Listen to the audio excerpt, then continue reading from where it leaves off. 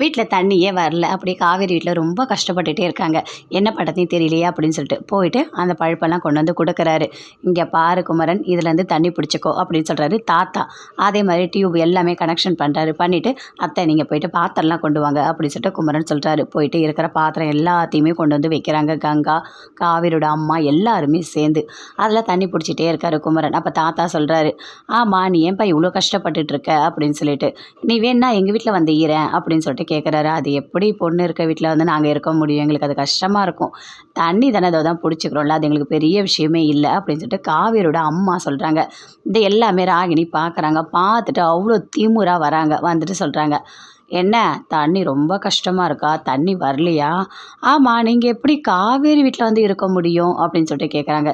ஏய் நீ யாரடி கேட்க, உனக்கு என்ன உரிமை இருக்குது? என் பொண்ணு வீடு, இன்னைக்கு வருவேன் நாளைக்கு வருவேன், மாத கணக்கில் அங்கேயே தங்குவேன், உன்னால் என்ன பண்ண முடியும் அப்படின்னு சொல்லிட்டு காவேரியோட அம்மா பயங்கர கோபமாக கேட்குறாங்க. வந்துடுவீங்களா? கண்டிப்பாக வருவோம், வாங்க எல்லாரும் சேர்ந்து போகலாம், அங்கே போய் நம்ம தங்கலாம் தண்ணி வர வரைக்கும் அப்படின்னு சொல்கிறாங்க. அதை கேட்டோடனே ராகினிக்கு பயங்கரமாக கோவம் வருது. அப்படியே உள்ளே போகிறாங்க. நீங்கள் வாங்க, எவ்வளோ நாள் ஒன்றாலும் இருங்க, எங்களுக்கு ஒரு பிரச்சனையும் இல்லை அப்படின்னு சொல்லிட்டு தாத்தா சொல்கிறாரு. எல்லாரும் சேர்ந்து காவேரியோட வீட்டுக்கு வராங்க. விஜய் எல்லாருமே பார்க்குறாரு. வாங்க வாங்க அப்படின்னு சொல்லிட்டு எல்லாருமே கூப்பிடுறாரு. அதை பார்த்தோன்னே ராகினிக்கு இன்னும் பயங்கரமாக கோவம் வருது. இல்லை தண்ணி கொஞ்சம் பிரச்சனையாக இருக்குது, அதனால தான் வந்திருக்கோம் அப்படின்னு சொல்கிறாங்க. இதில் என்ன இருக்குது, ஒரு நாள் 2 நாள் இல்லை, எவ்வளோ நாள் வேணாலும் நீங்கள் இருங்க, இதெல்லாம் நாங்கள் எதுவுமே சொல்ல மாட்டோம் அப்படின்னு சொல்லிட்டு விஜய் சொல்கிறாரு. தாத்தா எல்லாருமே சொல்லிட்டு இருக்காங்க.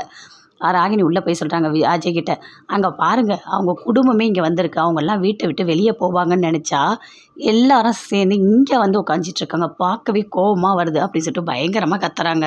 அப்படியே நக்கலாக பார்க்குறாங்க. எல்லாருமே பார்க்குறாங்க ராகினியை. ராகினி எதுவுமே பேசவே முடியல, அப்படியே அமைதியாக இருக்காங்க. என்ன வந்துட்டோம் பார்த்தியா அப்படின்னு சொல்லிட்டு அப்படியே கங்கா சொல்கிறாங்க. அதை கேட்டோன்னே இன்னும் கோவம் அதிகமாக வருது ராகினிக்கு. நாம் ஒன்று நினச்சா அது ஒன்று நடக்குது அப்படின்னு சொல்லிட்டு பயங்கரமாக கோவப்படுறாங்க. எல்லாருமே சந்தோஷமாக இருக்காங்க.